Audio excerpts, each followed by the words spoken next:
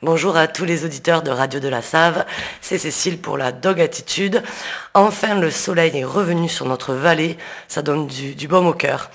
Alors aujourd'hui, on va parler un petit peu des questions que j'ai pu recevoir, notamment sur ma page Facebook Éducation Canine 31. Donc des petites questions d'ordre général sur les chiens, évidemment, comme d'habitude. Donc j'ai Marine qui me pose des questions. Elle me demande que dois-je faire quand, durant les balades en liberté, ma chienne court derrière les personnes qui font du footing. Parfois, pas toujours, puis revient après leur avoir sauté dessus et couru quelques secondes avec, dès que je l'appelle. Donc Marine, ta question c'est qu'est-ce que je dois faire quand mon chien court après les autres et les gens, surtout les joggers, c'est vrai que c'est tentant pour le chien. Alors déjà, il faut savoir que c'est vrai que si on a un chien qui n'a pas un super rappel, il vaut mieux éviter de le lâcher en premier temps. Il faut d'abord le travailler en situation, soit en longe, soit en laisse.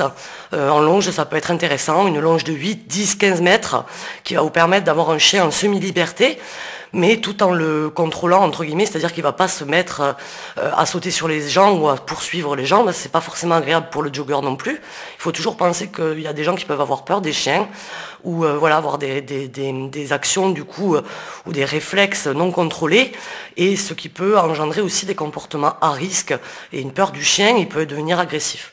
Donc c'est pas le mettre en bonne situation que de le lâcher si c'est vrai qu'il n'a pas un super rappel. Donc Marine, je te conseille vraiment de travailler le rappel de ton chien en circonstances et en situation, donc en fait dans des situations de plus en plus agitées. C'est vrai que je peux pas lâcher un chien qui est jeune et un peu foufou dans un endroit où il y a de la foule et lui demander de revenir si je lui ai jamais appris ou s'il n'a pas forcément un intérêt à revenir vers nous-mêmes. Donc là, c'est une question d'apprentissage du rappel et un apprentissage aussi de la socialisation. C'est-à-dire qu'un chien ne doit pas sauter sur les gens, il ne doit pas courir après les gens. Donc ça, c'est vraiment un travail à mettre en place, déjà tranquillement en laisse ou en longe, pour que le chien en fait banalise l'environnement, que ce soit des vélos, des joggers, d'autres chiens, des enfants qui courent, peu importe. Donc l'idée, c'est de travailler son chien en immersion, en longe ou en laisse, avec des friandises et toujours la bonne humeur, évidemment, de la bienveillance, pour apprendre à votre chien comment il doit se comporter dans vos situations de vie, en fait, parce qu'on est un peu tous différents là-dessus. Donc Marine, pour conclure, travail de rappel plus, et travail de socialisation un petit peu aussi, parce que c'est vrai que si le chien a tendance à exploser de joie ou à être trop communicatif quand il rencontre de nouvelles personnes, c'est qu'il y a quand même une mauvaise gestion de l'émotion. Donc à travailler aussi. Voilà, j'espère que j'ai pu t'aider Marine, n'hésite pas à travailler donc le rappel pour ton chien. Donc ensuite j'ai une autre petite question de Cindy qui me demande comment arrêter Harley, qui veut absolument manger du caca, non pas le sien. Dès qu'il est en liberté, il ne le fait pas quand il est en laisse. Il ne le fait pas s'il est en laisse. Donc il le fait en liberté, il le fait pas s'il est en laisse. Donc au début, apparemment Cindy essaye de lui courir après, mais avec peine perdue. Donc la distraction fonctionne très peu, sauf quand je le rappelle et lui donne la friandise parce qu'il revient. D'accord, donc elle me demande, Cindy, comment elle peut faire pour faire arrêter son chien qui mange du caca. Donc le chien ne mange pas son propre caca. Donc en fait, Cindy, il n'y a aucun problème. Je suis désolée de te dire ça, Cindy, mais les chiens mangent des excréments des autres animaux. C'est un comportement complètement normal. Par contre, c'est ta vision de la chose qui, toi, trouve ça sûrement écœurant et dégoûtant. Forcément, nous, humains, notre vision de l'excrément et de manger de l'excrément, c'est vraiment dégoûtant et c'est pas possible, en fait, dans notre monde à nous. Par contre, il est vrai que dans le monde du chien, c'est quelque chose de normal. Les chiens adorent les cacas des chevaux, adorent les cacas des chats, parce que ça doit leur apporter... déjà, c'est un mets exquis, et puis il y a beaucoup de choses et de minéraux souvent, et de choses qu'ils trouvent dedans. Alors, ce qu'il faut faire attention, bien sûr, c'est des jeunes chiens qui ne sont pas vaccinés, etc., où, bien sûr, si le chien fait ça en permanence tout le long de sa balade, il ne fait que chercher des cacas, ça en devient une obsession, là on peut parler de problème. Mais un chien qui va dans sa balade manger une ou deux crottes de chat, une crotte de biquette et une crotte de sanglier, ou se rouler dedans même, ça arrive, c'est en fait un comportement normal. Plus lui-même mettra une obsession à gérer ce problématique, plus le chien mangera des crottes en fait. Plus on donne d'énergie à un comportement et d'attention, plus le chien va lui aussi mettre une attention particulière à manger des cacas. Et certains des fois vont être à l'affût permanente dans leur balade pour trouver tous les cacas. Donc déjà Cindy, si tu as commencé à lui courir après au départ, quand ce phénomène s'est mis en place, à lui courir après, à essayer de le gronder, à lui prendre ce qu'il avait dans la bouche, tout ça a créé une énergie autour, ce qui fait qu'aujourd'hui ton chien mange encore plus de caca que si tu l'avais laissé faire finalement, et s'il faut il aurait arrêté, ou il aurait continué, mais normalement en fait. Donc déjà, faut bien comprendre qu'il y a un côté lâcher prise de notre part à mettre en place avec le chien parce que c'est normal en fait. Un chien mange des cacas et mange des crottes des autres. Par contre, si le chien un chien adulte, mange ses propres crottes, ses excréments à lui, là on peut parler de problème. D'accord? Un problème de comportement qui est quand même assez grave.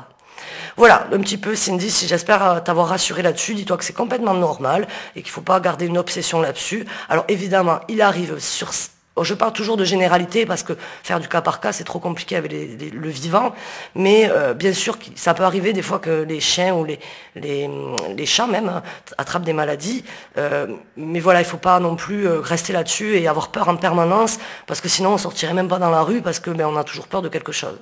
Donc il faut un peu lâcher prise et arrêter de vouloir toujours tout contrôler. C'est un peu le défaut qu'on a nous les humains, d'être toujours en contrôle de tout. Il ne faut pas qu'il mange ça, il ne faut pas qu'il fasse ci, il faut qu'il soit à côté, il faut qu'il revienne quand je l'appelle. Et des fois tout ça c'est un peu trop, donc essaie aussi de lâcher prise et balade-toi Cindy avec ton chien tranquillement, laisse-le en liberté, fais ta vie et tu verras, tout ça va certainement rentrer dans l'ordre. Alors ensuite, pas dernière question, une autre petite question que j'ai. Alors ça va être un petit pseudo, Fanzo Moa. Alors pourquoi ma chienne après sa stérilisation est devenue agressive avec ses congénères? Avec nous toujours un amour. Alors en fait, moi, je vois pas tellement de rapport avec la stérilisation et le fait que le chien devienne agressif. Il peut y en avoir un, c'est au niveau des hormones, mais si vous voulez, un chien qui a été stérilisé, que ce soit mâle ou femelle, va pas avoir les mêmes odeurs et les mêmes communications olfactives avec les autres chiens. Donc des fois, ça peut poser des problèmes. C'est-à-dire qu'un chien non castré va aller renifler un chien qui est castré, des fois il va pas comprendre très bien si c'est un mâle ou une femelle, donc à ce moment-là c'est vrai que ça peut créer quelques conflits, voilà. Après c'est quand même assez rare parce que les chiens, comme ils évitent toujours le conflit, ils arrivent toujours à s'entendre et à trouver un moyen de jouer ou du moins de s'ignorer. Donc moi j'aurais des questions à poser sur ce chien-là, ça va être des problèmes de comportement, donc sur l'agressivité avec les congénères. Déjà, est-ce que c'est vraiment de l'agressivité? Est-ce que c'est pas vraiment de la communication où le chien veut faire fuir celui qui arrive en face? Voilà, ce qui serait important de voir, c'est un petit peu les expériences qu'a eu ce chien avant. Quelle communication il met en place? Est-ce qu'il est bien socialisé? Est-ce qu'il est bien sociabilisé?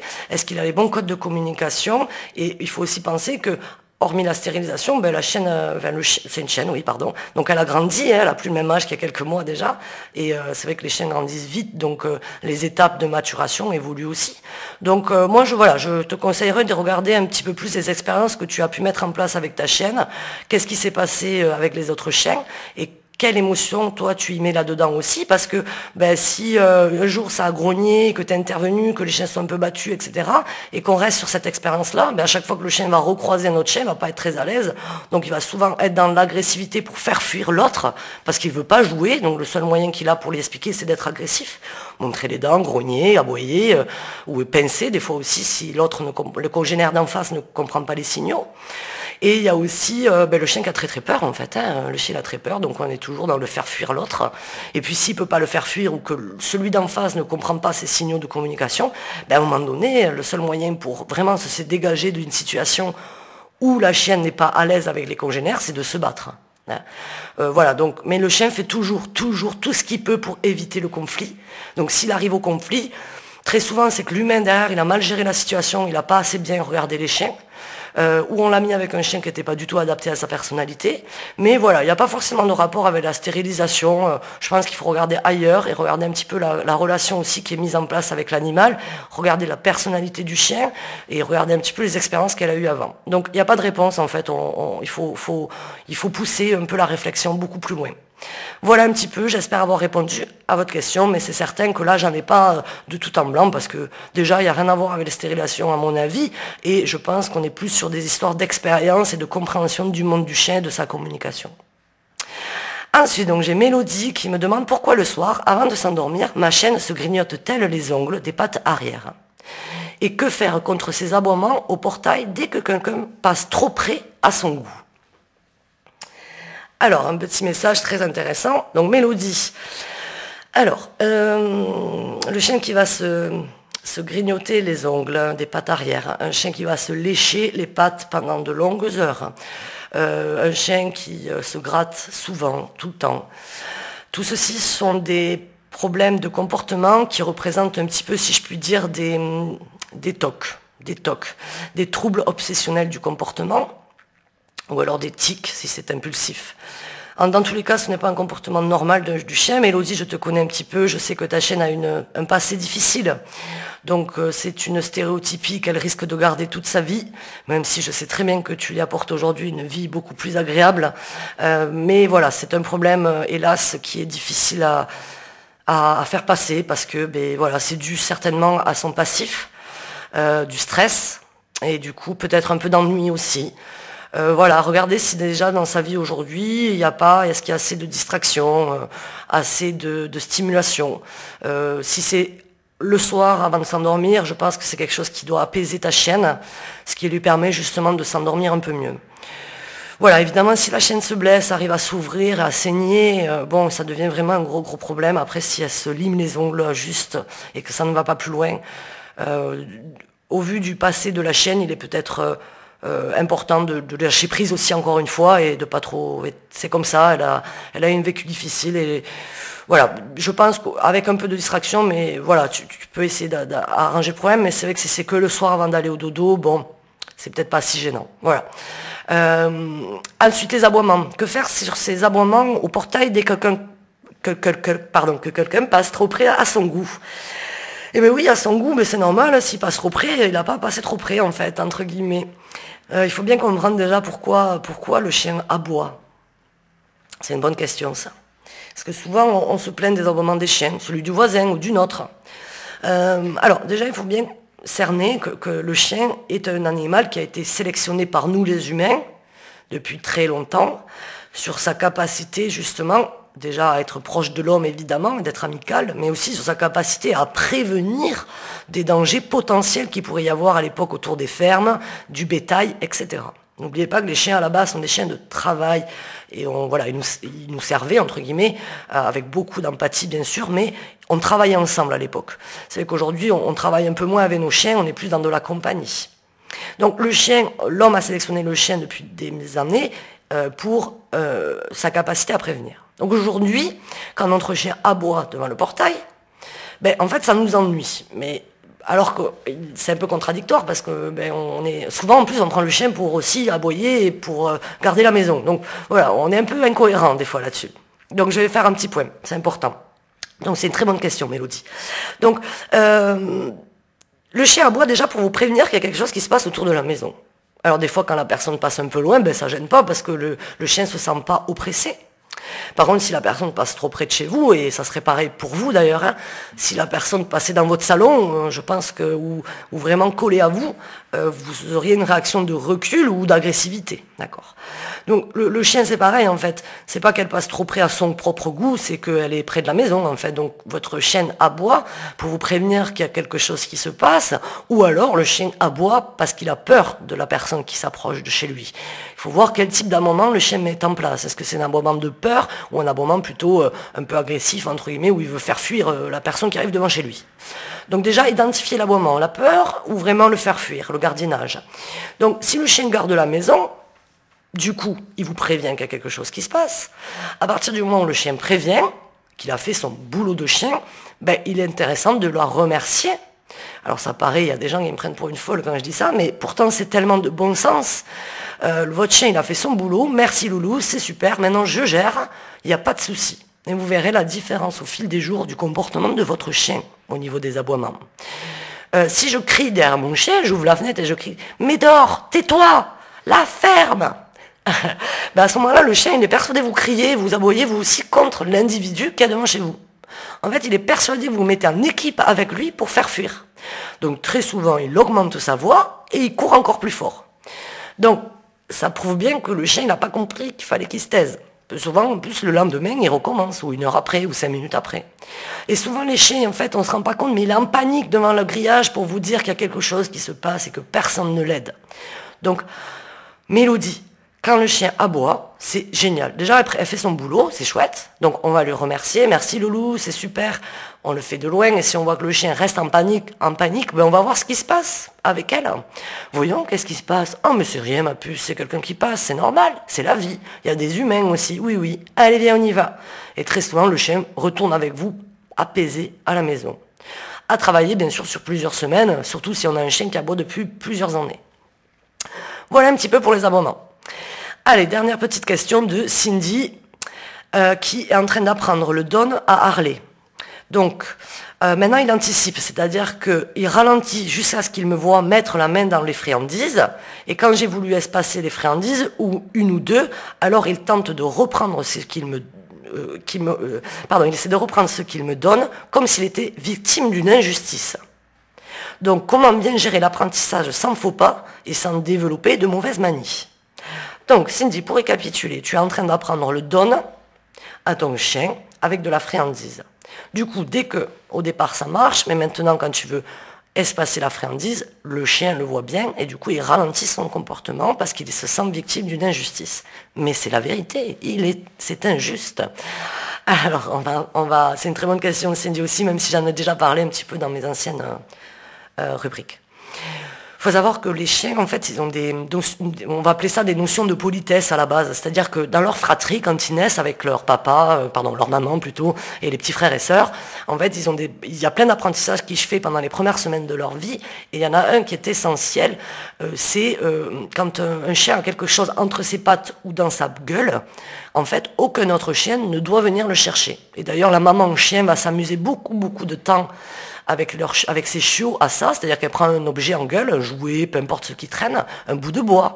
Très souvent, en plus, ça peut être une chienne qui joue jamais avec de bouts de bois, mais là, elle a des chiots et tout d'un coup, elle adore les bouts de bois. Donc, elle prend un bout de bois, elle joue avec, et là, on a tous les petits chiots qui veulent qu'une chose, c'est le bout de bois. Mais la maman chienne va empêcher jusqu'au bout que tous les chiots viennent lui prendre ce bout de bois. Mais elle va être assez agressive, hein, elle ne va pas se laisser faire. Et à partir du moment où tous les petits chiots ont vraiment oublier ce bout de bois et laisse la maman tranquille en train de ronger son bout de bois, ben à ce moment-là, la maman chien se lève et s'en va, et laisse le bout de bois au petit chiot. C'est l'apprentissage d'un peu de la frustration aussi. Tu n'as pas tout de suite dans la vie, et quand quelqu'un a quelque chose, tu ne dois pas lui prendre. Donc ça, c'est un code que votre petit chiot, à 8 semaines, quand il arrive chez vous, il connaît. D'accord? C'est-à-dire qu'en général, votre petit chien va jamais vous prendre des choses que vous avez dans la main fort et que vous avez en train de manger un sandwich. C'est très rare qu'un chien vienne vous le prendre au vol dans la bouche. Par contre, si vous le laissez traîner sur la table basse, ça c'est une autre affaire.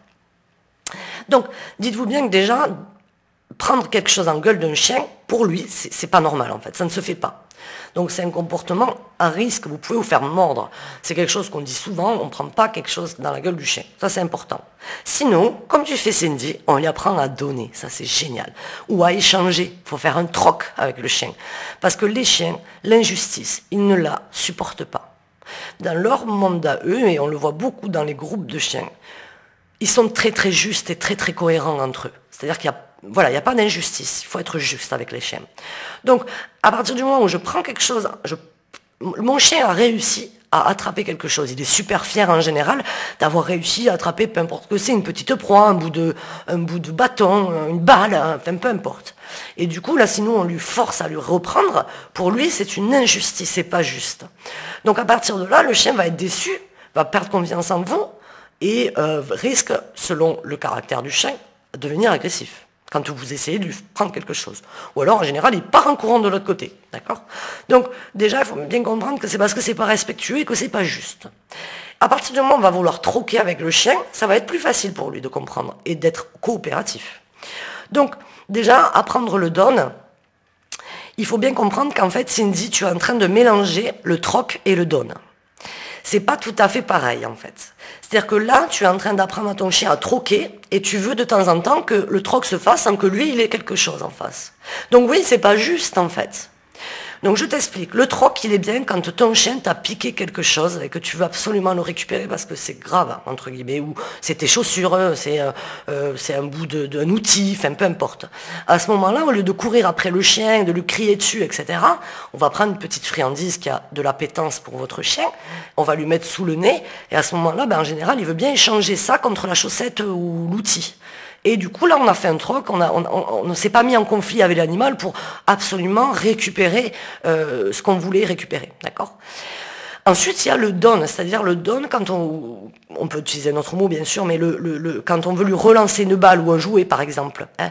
Donc c'est-à-dire que là, on va apprendre au chien que dès qu'il me ramène la balle, donc il me la donne, à ce moment-là, elle sera rejetée la balle. Donc ça va être le même objet. Donc l'idée c'est qu'il faut que au début, on apprend au chien à donner, donc on échange avec une petite friandise, j'ai récupéré la balle, mais la balle on va la rejeter de suite pour que le chien il la chercher. Quand il va la rechercher, on va lui redonner, demander un don, et à ce moment-là, le chien petit à petit va associer en fait votre mot donne à je lâche la balle pour qu'elle puisse me la relancer. Du coup, il y a un échange, c'est-à-dire que ce n'est pas injuste. Parce que si tu veux lui apprendre à donner sans qu'il ait rien en retour, c'est un petit peu compliqué, c'est-à-dire pas de friandise et pas rejeter la balle, ben non, c'est pas juste. Donc le chien il va pas coopérer très longtemps, et d'ailleurs tu es en train de remarquer que le chien a bien compris ton processus, donc il coopérera pas très longtemps. Donc il faut vraiment que tu sois dans, il donne et tu rejettes la balle, il faut jouer après, il faut qu'il ait quelque chose. Parce que sinon, ben voilà, c'est pas très juste. J'espère que j'ai été claire, Cindy, sinon n'hésite pas à me reposer des questions sur la page Facebook Éducation Canine 31, ce sera avec plaisir que je te répondrai. Voilà un petit peu, donc c'était pour les questions du jour. N'hésitez pas vous aussi à faire de même, à me poser vos questions soit en appelant Radio de la Save directement, soit sur ma page Facebook Éducation Canine 31, EDC 31. Voilà, je vous remercie à tous, très belle journée, à très bientôt sur les ondes de Radio de la Save.